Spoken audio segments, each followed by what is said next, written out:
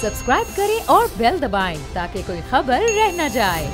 लोग परेशान हैं, उनके जज्बात हैं, वो आप बिल्कुल सही बता रहे हैं। इमरान खान साहब क्या करें, लोग खेल ले आते हैं, वो बेचारे क्या करें, जो करने लगते कोई ना कोई कुछ हो जाता है, उनको कोई कुछ करने ही नहीं देता। वाह यार क्या बात। नवाज शरीफ साहब की बीमारी पर पंजाब हुकूमत, अब इस पर आप किसको मुर्दे इल्ज़ाम ठहराएंगे? क्या उन्होंने कहा है कि रिपोर्ट्स के साथ आप जो आप ये लेटर्स भेज रहे हैं इसके साथ रिपोर्ट्स ना लगाएं? वो खुद कह रहे हैं कि जनाब कोई सबूत भी साथ होना चाहिए, ये जो आपने लिख कर भेज दिया इससे तो नहीं पता लगता मरीज़ की हालत क्या है, इसको जांचने के लिए कोई पैमाना होना चाहिए, वो है नहीं। बस बयानात हैं कि जनाब एहसन इकबाल साहब कह रहे हैं कि देखें ये इंसानी हकूक़ का मामला है, हमदर्दी का मामला है, बेटी को बाप के साथ रहने की हर दुनिया में इजाज़त मिलती है, कानून का मुझे वैसे दुनिया में कहीं नहीं पता कि ऐसी मिलती है, बहरहाल वो कह रहे हैं कि ऐसी इजाज़त हर जगह मिलती है। तो बाबर साहब आप क्या कहेंगे, क्यों नहीं साथ वो रिपोर्ट्स लगाई जा रही हैं, या ये पंजाब हुकूमत कोई बहाना बना रही है? शायद खान अब्बासी साहब कह रहे हैं कि अदालत जो फैसला करेगी कबूल होगा, हमजा की ज़मानत चूँकि हो गई है तो उम्मीद करनी चाहिए कि जी मरियम साहिबा को भी इजाज़त मिल जाए। देखिए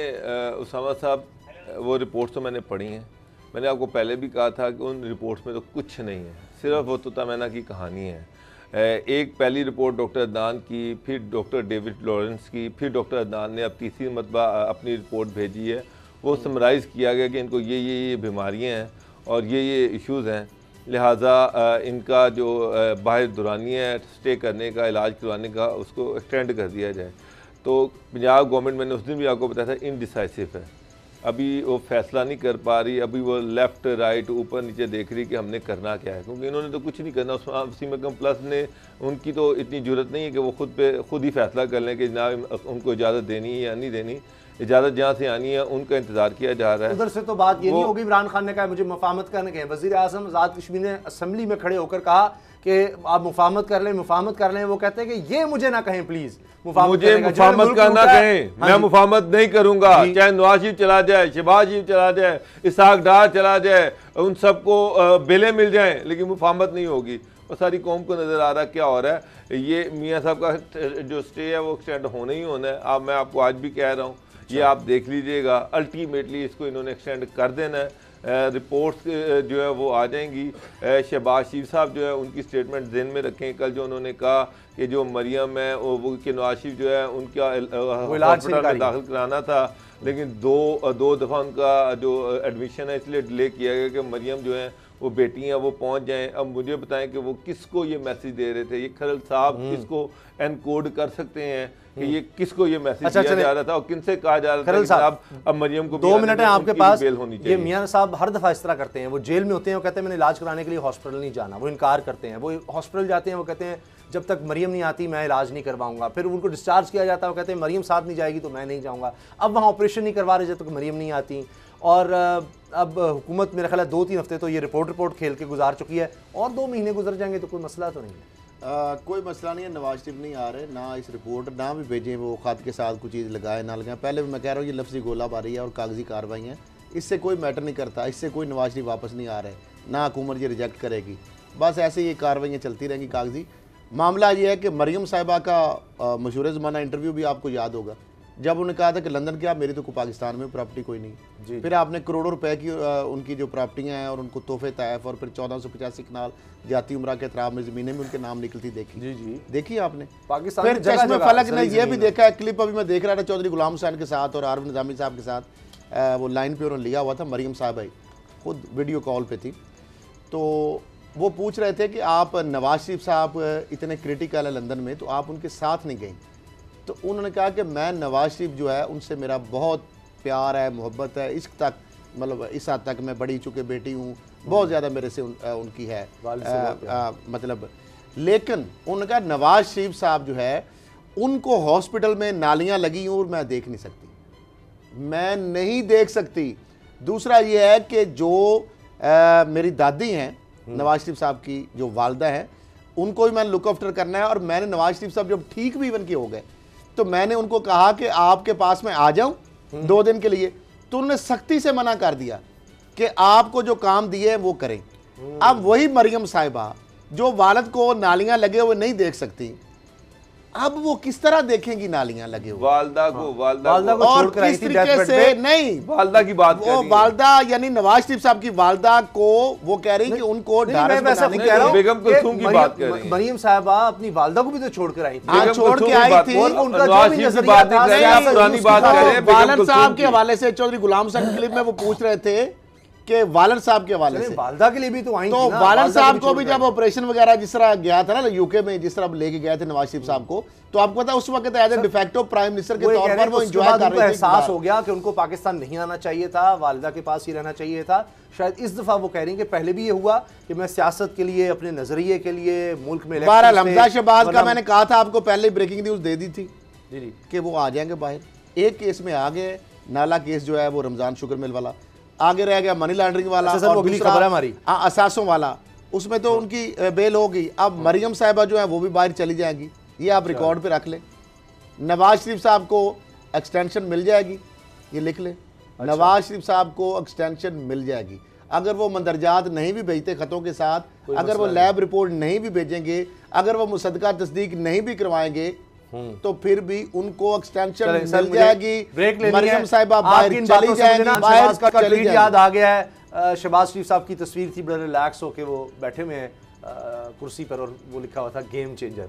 फिर शहबाज शरीफ साहब ने गेम चेंज कर दी है, लेकिन उनका बेटा किस तरह बाहर आया है, हमजा शहबाज के हवाले से बात इस ब्रेक के बाद।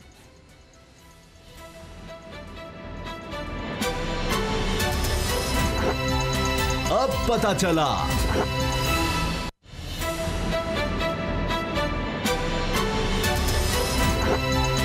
अब पता चला। बाबर रोकर साहब, आपको बहुत मुबारक हो। हमजा शहबाज साहब की भी ज़मानत हो गई है, और ये कि जनाब आप क्या कैरम बोर्ड खेलते रहते हैं 90 दिन, जो आप कुछ नहीं कर सके, और आपकी परफॉर्मेंस पर तो जिस तरह की तहकीकात की हैं, प्राइड ऑफ परफॉर्मेंस देना चाहिए। सवाल पूछा जाता है कि क्या ये शुगर मिल के लिए जो नाला बनाया गया उससे सिर्फ इन्हीं को फ़ायदा हो रहा था, तो ये फिर नैब के लोग करते क्या हैं बाबर साहब? उसामा साहब, सबसे मज़ेदार सवाल ये था, जो इन्वेस्टिगेशन कर रहा है वो भी वहाँ पर था, प्रोसिक्यूटर नैब का वो भी वहाँ पर था। इनसे ये पूछा गया कि जनाब आप ये बताएं कि इसके डायरेक्टर टोटल कितने हैं। उन्होंने कहा जी 9 डायरेक्टर थे रमज़ान शुगर मिल के। उन्होंने कहा इनके नाम क्या हैं, ये कौन कौन है, बाकी कौन है, एक तो हमजा है, बाकी कौन है। उन्होंने कहा जी हमें नहीं इसका पता। उन्होंने कहा जी आपको इसका क्यों नहीं पता। उन्होंने कहा जी वो जो पहले तफ्तीश कर रहा था वो तो उसके इम्तिहान है, वो छुट्टी पे चला गया, और हमें नहीं पता कि इसके बाकी डायरेक्टर्स कौन थे। यानी कि ये जो लोग हैं ये उस हमजा शहबाज की बेल के अगेंस्ट वहाँ पर नैब की तरफ से पेश हो रहे हैं, जिस पर जज साहब ने इनसे कहा कि आपकी इन्वेस्टिगेशन पर आपको प्राइड ऑफ परफॉर्मेंस मिलना चाहिए। मगर ये हालात हैं नैब की इन्वेस्टिगेशन के। मैंने आज एक वहाँ सीनियर ऑफिसर से पूछा, मैंने पूछा जी कि ये क्या चक्कर क्या है, क्यों आज बेल हो गई। उन्होंने कहा जी अब हमजा को हमने जेल में डाल के करना क्या है, रेफरेंस दायर हो चुका है, फिजिकल रिमांड हो चुका है, जुडिशल में वो बैठा हुआ था, अब हमने जो इन्वेस्टिगेशन होनी है वो हो चुकी थी, अब हमें कोई मजीद रिक्वायर्ड नहीं था, तो ठीक है अगर बेल हो जाती तो हमें परवाह नहीं है। अब इसमें एक अहम चीज़ उसामा साहब, ये तो नैब, इसका मतलब ये कि नैब पहले सरेंडर कर चुकी है, कि ठीक है ये घर जाए, लेकिन इसमें जो सबसे अहम चीज़ जो थी वो ये पूछी गई कि शहबाज शरीफ साहब जो इसके मेन एक्यूज़ कौन है, इस केस में मेन मुलजिम कौन है।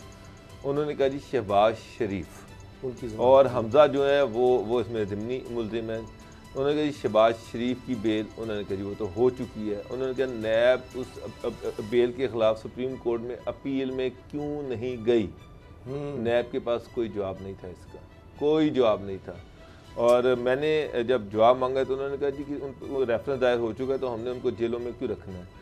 तो इसका मतलब ये है कि फिर जितनों के भी रेफरेंस दायर हो गए हुए हैं उनको छोड़ दें, सरेंडर कर देंगे, अब जाके अपने केस लड़ें। हमने उनको बाकियों को जेल में क्यों रखा हुआ है जिनके रेफरेंस दायर हो चुके हैं। खैर साहब, इसका तो जवाब आप, मेरा ख्याल है, बल्कि मैंने क्या देना है, जवाब जो आपने दिया है, आपने बड़ा ज़बरदस्त जवाब दिया है कि अब तो एक प्रेसिडेंट भी आ गई और कोर्ट के सवाल हैं, ये कोर्ट की ऑब्जर्वेशन है, और उसी बेस पे बेल मिलती है कि जब एक ताकतवर ये सवाल किया जस्टिस मुज़ाहिर अली नकवी साहब ने कि आप बताएं कि शहबाज शरीफ साहब ज़्यादा ताकतवर थे या हमजा शहबाज, क्योंकि वज़ीर आला वो थे, वो तो नहीं थे।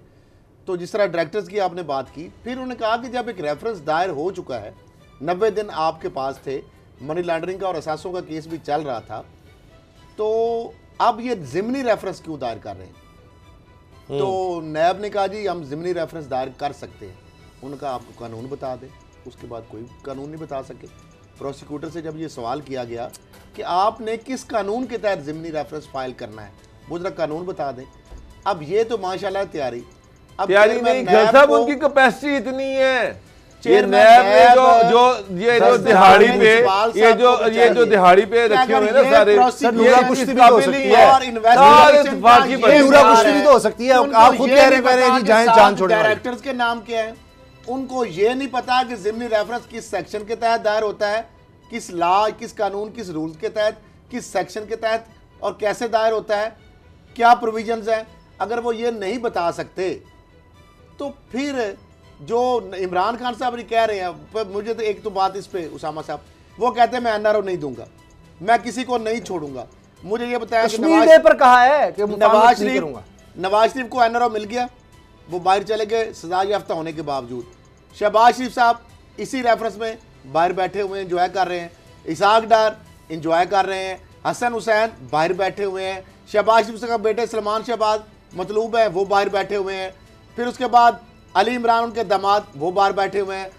हमजा शहबाज बाहर आ गए। जरदारी साहब अपनी मर्जी के हॉस्पिटल पहुंच गए। फरियाल तालपुर साहिबा अपनी मर्जी के जगह पे पहुंच गई। अनवर मजीद वगैरह वो मजे कर रहे हैं अस्पतालों में। सराज दुरानी साहब मेरा ख्याल है वो अपनी असेंबली से असेंबली को उन्होंने सब जेल करार दिया हुआ है।